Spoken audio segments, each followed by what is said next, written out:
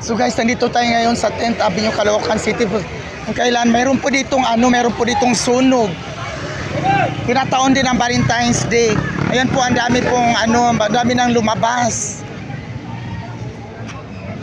Hindi pwede ipasok isa yung pero.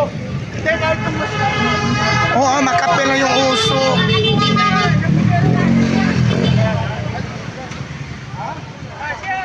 At saka nahirapan din pumapasok yung bumbero.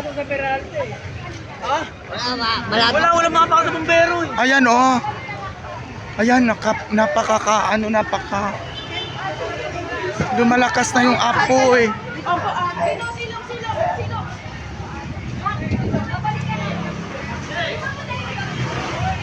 Nahirapan po kasi yung mga bumbero na pumapasok dito. Dito lumalakas na yung apoy. Diyos ko, nakakawa yung mga tao nag-iiyakan, lumalabas na sa kanilang mga bahay. Sana lang walang mga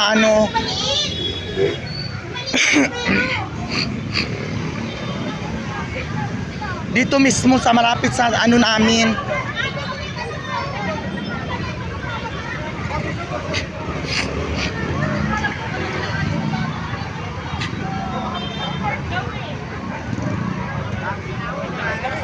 Dito tayo sa 10th Avenue, Caloocan City. At dito ngayon mayroong nagkagulo dito kasi nasunog po sa mga sa looban. Ayay guys, Diyos ko, malakas na ang sunog. Walang alam bumbero kasi may sinong tambang eh. Saka nahirapan sila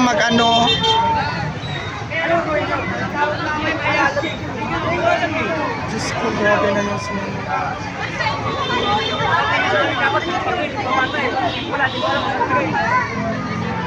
Malakas na po talaga yung sunog.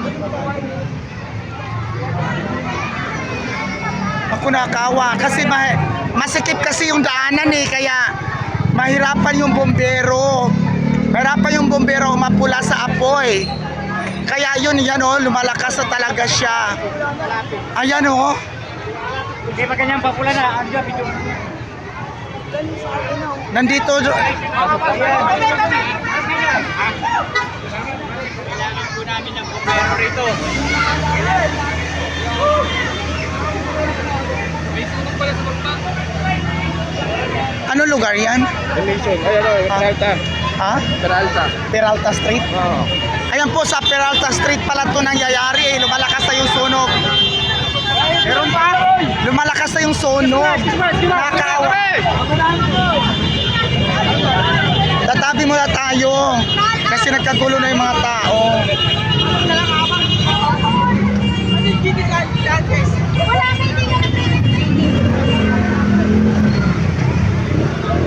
Nahirapan umapula yung mga bumbero sa apoy kasi masikip yung daanan at hindi makapasok yung mga bumbero.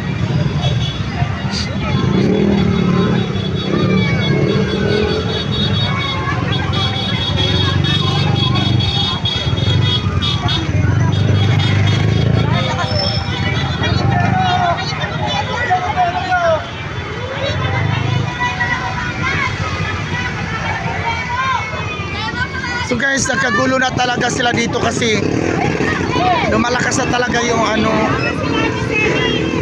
nakakawa yung mga tao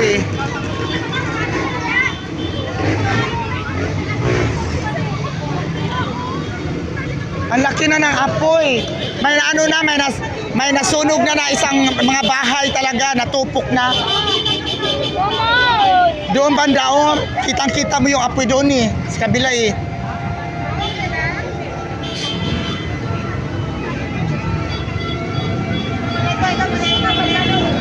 Nandito tayo ngayon sa labas